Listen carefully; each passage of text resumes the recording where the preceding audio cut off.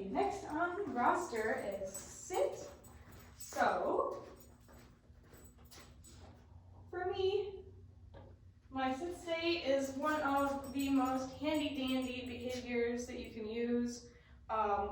Once it's very strong, you can use it in a lot of different situations and it can help you with a lot of different things.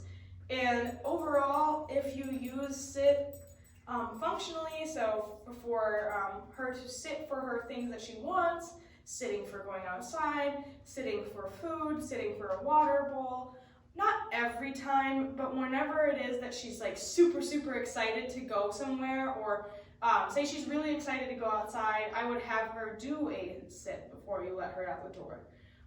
Just so that you can use very exciting things like going outside as a reward for a sit stay, which will only build your sit stay stronger and stronger, and you'll have a dog who sits nicely at the door.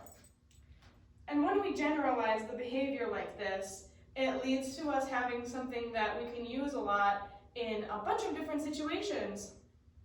And a dog who just starts sitting whenever it's confused, which is, yes, a far better behavior than jumping at things when they're confused, or biting at things when they're confused, or barking when they're confused. I much prefer a dog who just sits and is like, was that the right thing? Another thing too is for safety. So if you need your dog to do a sit stay on the side, for example, on the side of the road, there's a car coming by and they're going to be really close, and you want to make sure that your dog doesn't even step into the road because you're a worrywart like myself. You can step to the side, have your dog do a sit stay on the side of the road, keep feeding them or do whatever it is that you need to do while they're sitting. The car drives by and you can safely continue on your path.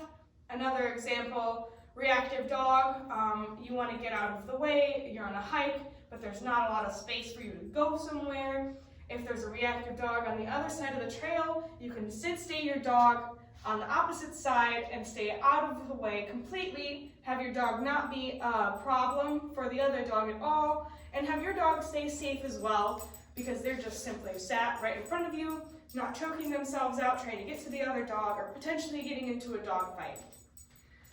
So this can be like a really nice behavior to just pull out of the back of your pocket, but we do want to make sure that we build it as much as possible inside in less challenging environments, outside of when we're testing her ability to actually do the thing.